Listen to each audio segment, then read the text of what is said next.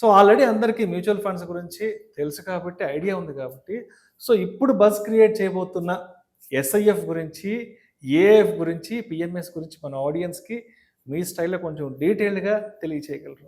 యాక్చువల్గా చాలా మంది కూడా కాల్ చేస్తున్నారు, ఎస్ఐఎఫ్ వచ్చేసిందా, నేను ఇన్వెస్ట్మెంట్ చేయొచ్చా ఇప్పుడు అని. జస్ట్ ఇది ఫస్ట్ ఏప్రిల్ 2025లో లాంచ్ అయిపోయిందండి. అందరు ఏఎంసీల దగ్గర కూడా రెడీగా అయితే ఎస్ఐఎఫ్ ఉంది, కానీ చిన్న పేపర్ వర్క్ కోసం ఆగింది. విత్ ఇన్ 2 monthsలో మనం పబ్లిక్ వచ్చేయచ్చు.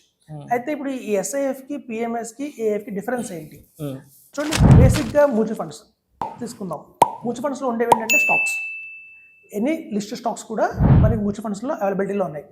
అయితే ఎవరైతే మ్యూచువల్ ఫండ్స్కి మించి రిటర్న్ కావాలని కోరుకుంటారో, ఎవరికైతే మ్యూచువల్ ఫండ్స్ కాదు ఇంకా ఎక్స్ట్రాడినరీ రిటర్న్స్ రావాలి, ఇంకొంచెం రిస్క్ తీసుకోవడానికి రెడీగా ఉన్నాను. చూడండి, ఒక ఇన్వెస్ట్మెంట్స్ అనగానే మ్యూచువల్ ఫండ్స్ సాధారణంగా చదువుకున్న వాళ్ళు, అటు బాగా వెళ్తున్న వాళ్ళు అందరూ చేస్తారు.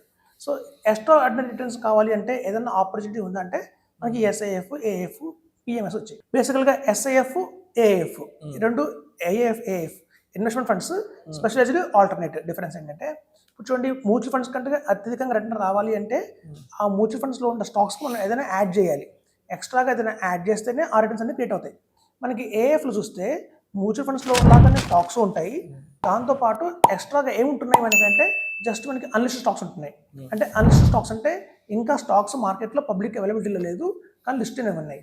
మంచి మంచి స్టాక్స్ ఉంటాయండి. అట్లా చూస్తే టాటా క్యాపిటల్ కావచ్చు, హెచ్డిబి అని ఒకటి ఉంటుంది. హెచ్డిబి అంటే మన హెచ్డిఎఫ్సి బ్యాంక్ వాళ్ళదే.